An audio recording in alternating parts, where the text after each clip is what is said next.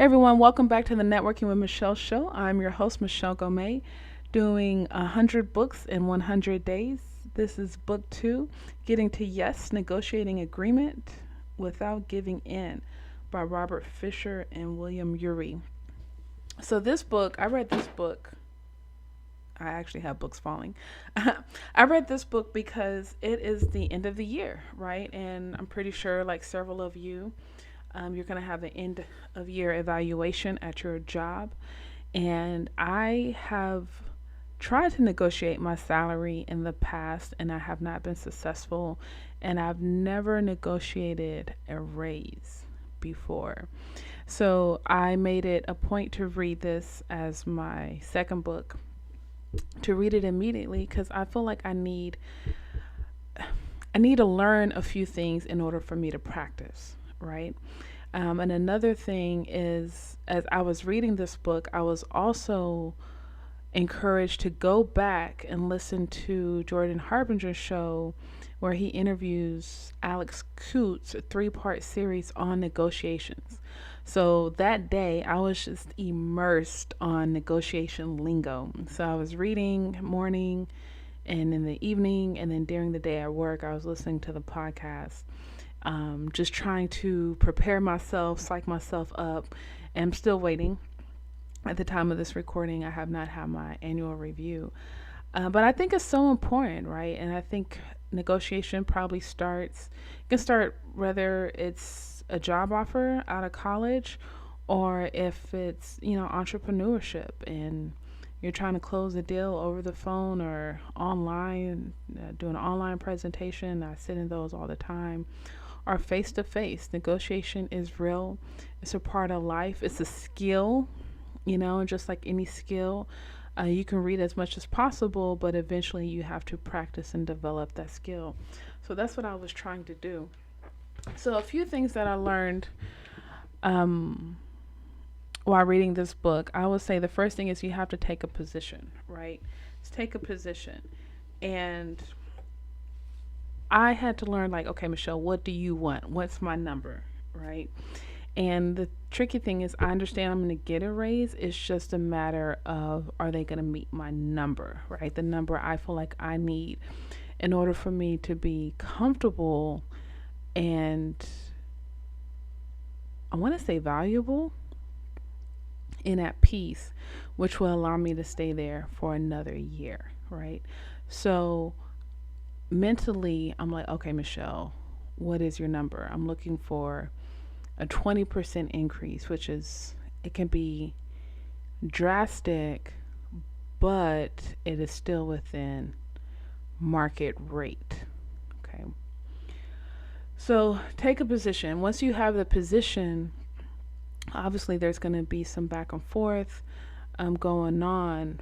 But once you have that position, you know where you stand and you're standing on that. And for me, I had to figure out, okay, this is what I want. So I'm going to have to shoot a little bit higher because you know how negotiation works. If I shoot a little bit higher, hopefully I can land on what I want, right? I'm going to present a number, but I'm hoping to get what I want mentally, right? Internally. Excuse me. And then also with that, now that I have my position, I need to focus on my interests, right? So one thing that I've done, I have created a sheet going back through everything I've done this year, right? And this can be tricky because, of course, I have my job description. Your job description outlines what you're going to do. As soon as I get a job, I say that job description, I copy and paste it to Google Docs, I print it out, I keep one at home, I keep one at my house, right? I encourage everyone to do that because, as you know, once the position is filled, it's no longer online, whether that's Indeed or on the company website. So make sure you always have your job description handy. So I review that. Of course, that's a staple. I'm not really negotiating my job description, right? But with that, what I realized, okay, from my job description, what have I accomplished, right? What are my metrics? What have I done successfully? I've increased so many features on different websites, social media metrics. digital web analytic metrics, right? How many cases have I brought in? How much money have I brought in? So you want your job description. That way you can kind of evaluate your accomplishments, your goals, your metrics of what you've done for the year. And that can be hard because we go to work every day and it's like we know what we do, but we don't know what we do when we have to put it down on paper.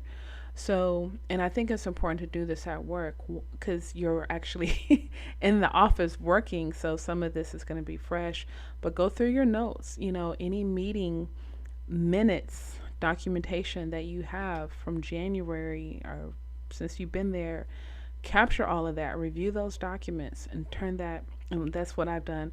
I put that information on a document because I need to. Now that I have my position, I need to focus on my interest and my accomplishments since I've been here, or at least I started August 2018, and I got a raise at the end of 2018. So technically, from January up to this point. Another thing is the best alternative to negotiate an agreement, right? This is kind of tricky for me because I have been thinking about that. Like, what is an alternative? And I know a lot of people would say more vacation time, pay time off. To me, that's really not a benefit because I don't use all of my days. Even though I say I would like to travel more next year, who knows how that goes? I'm sure I will, but the way I have it planned out, I don't plan on missing too many days. Another thing is, sick days, they don't really keep track of that. Like, I don't have a problem requesting time off and getting it approved. So, like, to me, asking for more time off is not leverage. So, if you feel like you need to negotiate outside of money, start to figure out what are those alternatives that you need in order for you to have a successful career while you're at that job. Right? One thing I did like about this book, they had some really good examples, and then they had several examples and scripts in the back of the book. And, if you're reading, obviously you're reading by yourself, so it's hard to role play. But what I would do, I would kind of read those things out loud, so I'm in the practice of saying it, right? And I think that's part of the confidence, really, is getting comfortable saying it. Because once again, you can read all day, but until you're in that moment where you have to practice and push back, not 50K, 55K, 60K. That's when you're really going to understand where you are regarding your negotiating skills. One thing, so also with alternatives, it says knowing alternatives makes you better prepared and an idea of what to expect.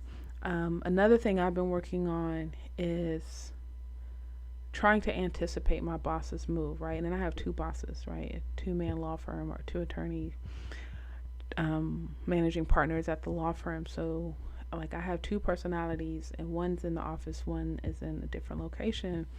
But it's like, how can I know I'm going to put it out there, but can I anticipate their questions? Can I anticipate their pushback? It's like FAQs, frequently asked questions. Like, I'm pretty sure anytime we negotiate, like, people want to save money. They want it what's in their best interest of themselves when it comes to saving money, not necessarily understanding the value that this person has brought to the company during this time, right? So I'm trying to figure out, and that's kind of why I was like verbally practicing the scripts from the book, but I'm trying to figure out what are my alternatives, but also how can I anticipate their response and even my response, right? Like, what if they give me a very low number, and then I'm looking for 20%, is that are we going from, maybe it's a 3% increase, right? Which is very standard with major corporations. So, like, that's a big, big jump. And am I prepared for that? So I'm trying to anticipate all of these things from myself, from my bosses. So it's going to be really interesting how this plays out. But if you look in the show notes, I'm going to have a link to the book as well as to the Jordan Harbinger show, his interview with Alex Hughes. Negotiation is really, really important. I haven't I don't think I've negotiated too much with my business. It's usually yes and no when it comes to my clients. And I try to do people the same way. Like if I'm, especially my graphic designer, because we have a long-standing relationship, I just ask for a quote. Like, this is a list of what I need done. It gives me a price point, and I either take off things. Excuse me. I either take off things, or I just say no. I'm not going to do the work. Because as a small business owner, I understand, like, one, we all need money, just period, regardless of who we are, what we do. We all need money. Money's a resource. Money's a tool. It's the energy, all that good stuff. But also the importance of cash flow when it comes to that. So I'm never trying to haggle anyone over the prices, or at least want to have the money reserved, and then I can negotiate, right? At least want to have something, then I can negotiate. But I try to respect people and their prices, as a small business owner. So, let's see, what else do I have here?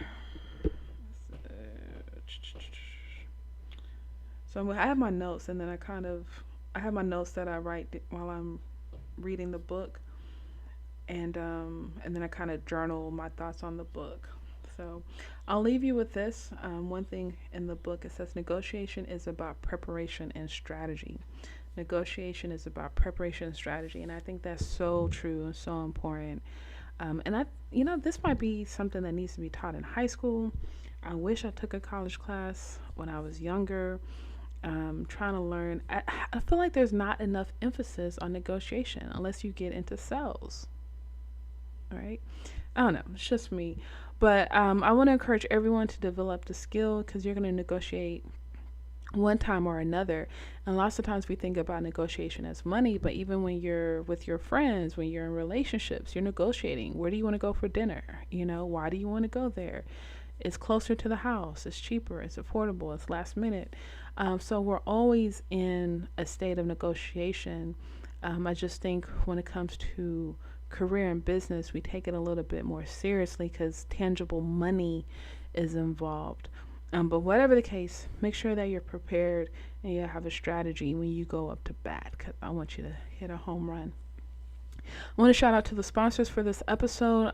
Been working on a lot of great things, a lot of great affiliate programs. We have Let's Get Checked, who operates at-home wellness testing for men and women. So you can check out my article on the STD testing I did for World AIDS Day. And the month of December is AIDS Awareness Month. So be sure to check that out. You'll get a 20% discount. And the beauty of this is you go online, you select the test you want. It can be, they have a range of everything. I pretty much looked at the women's test, whether it's thyroid, fertility, you name it. There's something for everyone, or men and women. And so you check it out. Use my code. You get 20% discount. The code is Go Make Cares. Within the week, you'll receive the test in your mailbox. Very small, 5x7-ish box, maybe. Now 9x6. White box with the teal turquoise sign, logo. Let's Get Checked. Take the test, urine sample, blood sample, whatever the case may be. You mail it back, and then within 2 to 5 days, you have your results online. I just think that's amazing. I think it's important. I know it can be tricky and costly to go to a doctor's visit, and Let's Get Checked is a very affordable and efficient way for you to knock that out. Make sure you check out the book, Getting to Yes, on Amazon or Audible. I have those links in the show notes, as well as Stitcher. If you're listening to Stitcher, or if you prefer Stitcher, they now have a premium service for $4.99 a month where there's no ads whatsoever. So you can sign up today for Stitcher Premium and enjoy listening to music or podcasts. Look, I appreciate you. I believe in you. And remember, a personal connection leads to an influential network. Thanks for networking with Michelle.